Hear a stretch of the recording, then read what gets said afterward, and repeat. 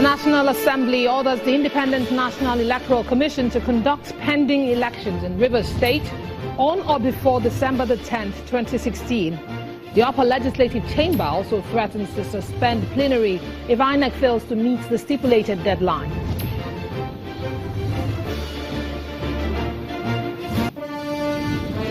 Reactions continue to trail the Senate's rejection of President Muhammadu Buhari's 30 billion loan proposal.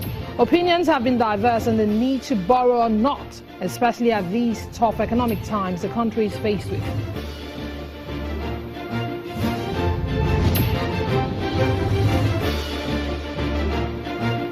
Many thanks for joining in, everyone. Welcome to Politics Today. Well, is the Senate's decision in the best interest of the country, or are there more political undertones buried in the rejection for the loan proposal? That's our focus on the program tonight.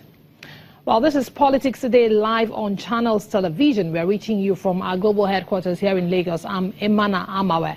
And tonight on the program, both chambers of the National Assembly have given an ultimatum to the electoral umpire, INEC, to conduct rerun elections in Rivers State, as the people in the state have been denied their constitutional rights to legislative representation. Well, there's an interesting twist to the matter, which we'll delve into within the course of the program. And the $30 billion loan rejection request by the Senate is still in the front burner. But before we proceed further into the matter, let me remind you not to be left out of the conversation. Remember, we are live right now on Facebook. Go ahead, watch, comment, and be part of the show. We look forward to hearing from you. First of all, let's take a look at some of the top political stories we've been following for you right now.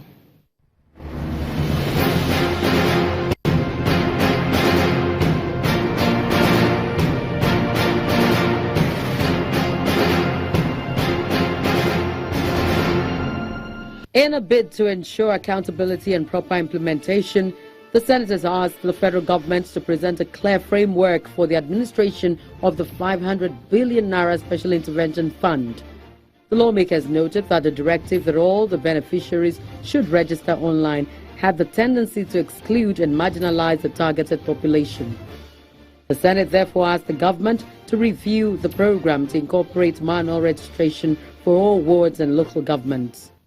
The one-size-fits-all of online registration of beneficiaries have the tendency to exclude, marginalize the very segment of population it should target, which are the poor and their children. More suggestions have been preferred on ways to address unemployment and internal security threats in the country. A professor of political economy from Uganda, Professor Okello Okuli, has asked the federal government to devise ways of creatively engaging the nation's youth in productive ventures. Professor Okuli said that imbibing the culture of patronizing made-in-Nigerian goods will revive the manufacturing sector and create massive employment for the youth. We must look into the economy and say, how are we running the economy to make sure that this youthful labor is not wasted in the sun? Finally, the Rivers State Governor Nyesom Wike has warned traditional rulers in the state to avoid using their titles in pursuit of partisan politics or risk being removed from the system. Governor Wike said this during the 104th quarterly meeting of the Traditional Council of First, Second and Third Class Chiefs at the Council Secretariat in Port Harcourt, the Rivers State capital. He urged the rulers to ensure that the security of their various communities do not degenerate under their watch. You must secure your kingdoms by educating your subjects to always explore peaceful ways of settling disputes rather than resorting to self-help at the slightest provocation.